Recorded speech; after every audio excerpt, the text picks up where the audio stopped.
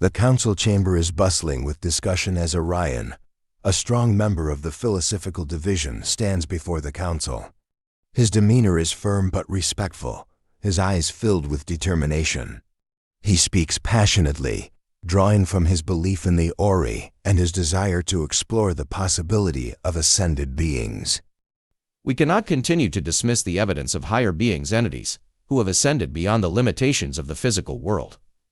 The Ori once walked among us. I've gathered scientific proof of their existence, proof that has been ignored by the scientific community for too long. He activates his data tablet, projecting energy readings and visual anomalies from past expeditions into the center of the room. The council members watch closely, intrigued yet cautious.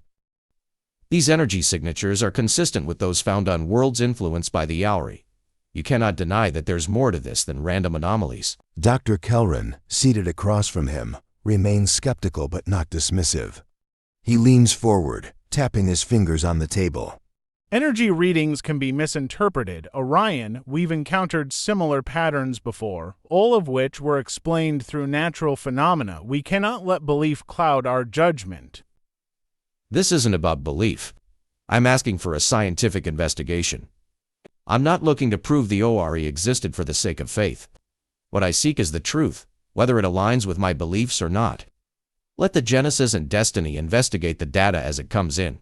Let the evidence speak for itself. The council members exchange glances, and Lyra, standing quietly near the back, steps forward to speak. Arion's right to want to explore this, but it's important we maintain a level-headed approach.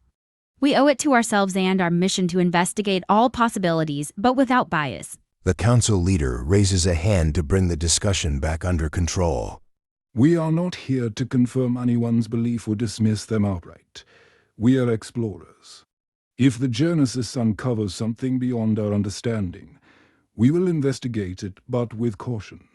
This is a mission for truth, not for validating beliefs. Arion takes a deep breath, grateful for the council's open-mindedness. He looks at Lyra, nodding in silent agreement. That's all I ask, for us to follow the evidence, wherever it may lead. We hear you, Arion. We will discuss a solution to ensure we take your request and present a solution. Please wait outside as the council deliberated. The council prepares to discuss this topic in detail, to ensure that they don't follow in the footsteps of the Ori and create more division within their ranks. Arion and Lyra exchange a glance and walk out of the chambers, knowing well what must be done. Meanwhile, Dr. Kelron heads over to the shipyard to speak to Lyra. We see massive scaffolding around Destiny, robotic arms assembling the ship's sleek metallic frame.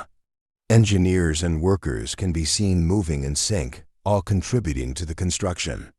Destiny will take us to the stars, but more importantly, it will manage the gateway network the Genesis establishes. If the first address goes well, we will need approval of the Council to create more seed ships, but one step at a time. Lyra runs her hand over a console, looking deep in thought. I wonder if it will be enough. The universe is vast. What if we never find what we're truly searching for? So much division and uncertainty. Exploration has always carried uncertainty. But it's the journey, the discovery of the unknown, that gives us purpose. Imagine what we can find, who we will meet. The engineers work diligently at their consoles as they receive the first transmission from the Genesis regarding completed stargates. The holographic map of the galaxy spins in the center of the room, and several planets are highlighted with stargate construction markers. The Genesis has finished building a gate on the first planet. We've received the coordinates, but the address looks strange. The console flashes with the data, showing an odd sequence of symbols and words. I can't make sense of this. It's coming through as Bo Mu Re Jav Rasho. What is that? Lyra steps forward, looking at the screen with a knowing smile. We encoded the Stargate addresses to avoid interception. Each symbol in the address is associated with a sound. What you're reading, Bo Mu Re Jav Rasho, are the 6 symbols of the destination. So, instead of the star symbols, we use the sounds? Exactly. It's a security measure. The sounds represent each of the 6 symbols in the address. To finalize the address, we just need to add the point of origin, represented by the sound dot. Lyra presses a few buttons, and the point of origin is added. The address is complete. There. Now, we have the full Stargate address. Bomu Ray Jav Rushoet. We can open a wormhole whenever we're ready. That's clever. No one outside of our network will be able to decipher it. Kelron watches from a distance, nodding in approval, while the team finalizes the preparations for future reconnaissance. Meanwhile, the council session continues, with the holographic star map still rotating in the background. Arion stands next to Mira, both awaiting the council's decision. The council leader looks up from their tablet, ready to deliver the final verdict. After much deliberation, the council has agreed. Myra, you will be part of the Destiny crew. Mira bows her head slightly in appreciation, while Arion watches, relieved. You will ensure that all levels of information gathered by the Genesis and Destiny are thoroughly investigated. However, the council leader shifts their gaze toward Arion, their tone turning serious. Arion, you must be reasonable.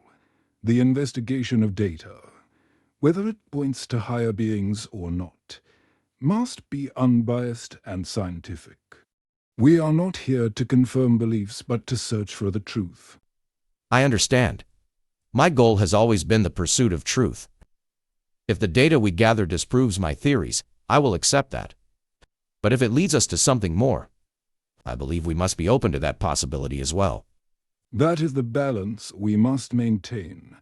We seek knowledge, not validation of preconceived notions.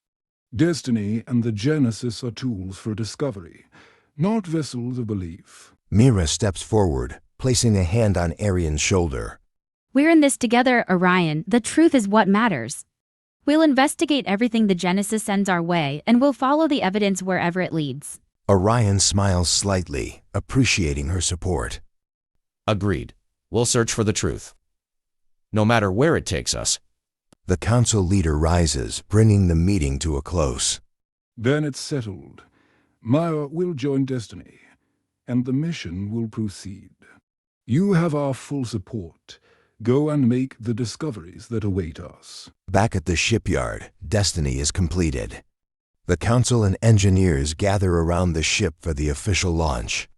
The ship gleams in the starlight, a true marvel of Alteran engineering. With Destiny, we embark on a journey that will take us to the farthest reaches of the stars. The stargates will connect worlds we've only dreamed of, and with the Genesis, we will expand our presence across the galaxy. We now see the 4 team members, Arion, standing with Lyra, Dr. Kelron, and Mira, watching intently in excitement. This is just unbelievable. Cannot believe you will be on such a ship, but why aren't we using the gate to explore the planets instantaneously? We have designed a device to do reconnaissance from Earth. This will be unmanned. We have developed a more sophisticated probe we called Horoscope.